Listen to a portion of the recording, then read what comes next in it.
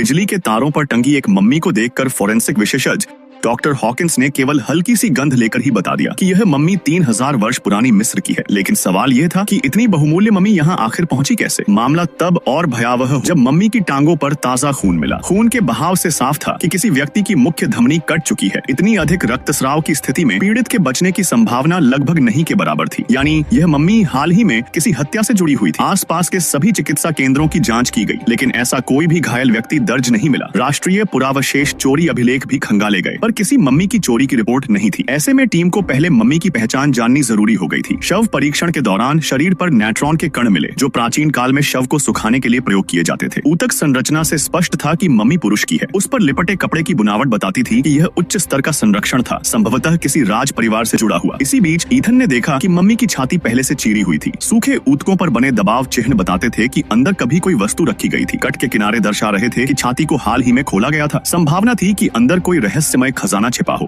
और यही हत्या का कारण बना। मम्मी की 5वीं और 6ठी गर्दन की हड्डी कटी हुई थी। सिर और धड़ को लकड़ी के सहारे जोड़ा गया था, जिससे साफ था कि इसे जीवन काल में ही सिर काटकर दंडित किया गया था। आगे की जांच में दांतों और खोपड़ी की बनावट असामान्य पाई गई। जब हड्डियों का विश्लेषण किया गया तो जबड़े का झुकाव, आगे की हड्डी का छपटा और खोपड़ी का असामान्य फैलाव सामने आया। ये सभी लक्षण क्लाइनफेल्टर सिंड्रोम के थे, जो जन्मजात अस्थि विकृति है। इससे यह भी स्पष्ट हुआ कि यह मम्मी प्राचीन मिस्र के 18वें वंश से संबंधित थी। पुराने अभिलेखों की जांच के बाद मम्मी की पहचान हो गई। उसका नाम था एनोक, फिरौन का दूसरा पुत्र। सत्ता की लालसा में उसने अपने बड़े भाई को घोड़े से कुचलवा दिया था। यह जानकर फिरौन ने क्रोधित होकर उसे मृत्यु दंड दे दिया। जांच से यह भी पता चला कि यह मम्मी एक अनुसंधान संस्थान द्वारा मिस्र से लाई गई थी और इसे शुक्रवार को प्रदर्शन में रखा जाना था। इसकी जिम्मेदारी डॉक्टर एमी नामक मिस्री विदुषी के पास थी। लेकिन मम्मी के बिजली के तारों पर मिलने के बाद से उनकी सहायक लापता थी और पूरे एक दिन से डॉक्टर एमी भी दिखाई नहीं दी थी। टीम उनके कार्यालय पहुंची। काफी देर तक दरवाजा खटखटाने कोई जवाब नहीं मिला। शक गहराते ही बॉब ने दरवाजा तोड़ दिया। कमरे के बीचों बीच मम्मी का ताबूत रखा था, लेकिन डॉक्टर एमी कहीं नजर नहीं आ रही थी। तभी ध्यान गया, ताबूत के नीचे से खून टपक रहा था। जैसे ही ढक्कन हटाया गया, अंदर डॉक्टर एमी का रक्त रंजित शव पड़ा मिला। खून के नमूनों की तुलना से यह साफ हो गया कि मम्मी पर लगा खून उसी का था। वही व्यक्ति था जिसकी धमनी कटी थी। आंख के घाव की जांच में धातु के सूक्ष्म कण मिले। स्पष्ट हुआ कि किसी पतले और कुंद हथियार से आंख के रास्ते वार कर गर्दन की धमनी को क्षतिग्रस्त किया गया था, जिससे अत्यधिक रक्तस्राव हुआ। उधर परीक्षण के दौरान मम्मी की छाती के पुराने घावों के आसपास भी ताजा खून के निशान मिले। यह दर्शाता था कि हत्यारे ने उसी हथियार से मम्मी की छाती को दोबारा खोला था और यहीं से इस भयावह रहस्य की परतें धीरे धीरे खुलने लगी।